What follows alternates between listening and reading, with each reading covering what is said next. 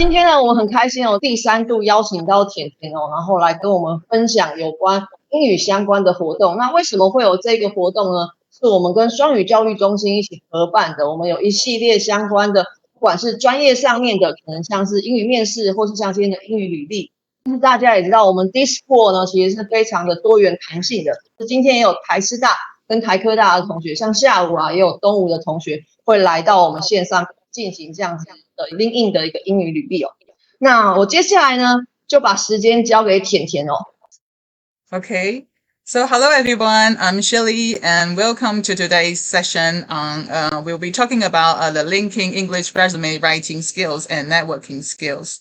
So first of all, why are we using LinkedIn as our resume? What's the difference between traditional resume and the LinkedIn profile? It's not just about writing resume, but also we can build connections with global network. And some of the international headhunters would also use LinkedIn. So LinkedIn is one of useful tools to find a global career. These are the table of contents for today. And first of all, I will introduce you about me. And then we move on to some of the linking tips and we will do some practice. And I will show you some linking networking skills. Okay, so this is about me. I'm currently a learning and development manager in tech industry. I'm mainly responsible for interns and graduate talent acquisition and also for talent cultivation programs. And during my leisure time, because I like to research lots of things and writing some articles about my learning and growth. So I currently have published a book called Tomorrow's Education and also write some observations and trends on talents on crossing. And I also made some video clips, share some of the experiences when I work abroad and some of the talent trends for future of work. Okay, so compared to traditional scenarios, we just sit in a traditional office. For now, we have different kind of work. For example, you can distance work in your home but also working for international company and also in a global company and have distance meetings like Zoom meeting or Google Meet and work with people across the globe. And this is also the reason why we have to build our LinkedIn profile. So now we move on to the LinkedIn tips. And for now, you have to train yourself to think like an interviewer and we will do some practice. Okay, before jumping into linking resume, we have to know what kind of job we want to look for. For example, like marketing position, HR position, engineer position, and how can we make good use of the requirements and qualifications writing on the job description. Okay, so let's start writing our LinkedIn resume. Okay, so the first part would be profile picture.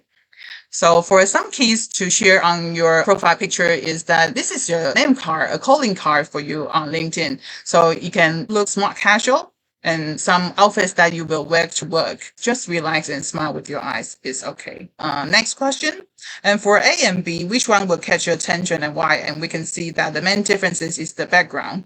So background photo is a very good tool for you to grab people's attention. So as you can see from A and B, we can notice that maybe Jeff is a much more team person, but for B, maybe you can tell the difference from the background. So the third part is the name. If you wanted to look for a global position, the best way would be put both of your Chinese name and English name because it's much more easier to foreigners to pronounce.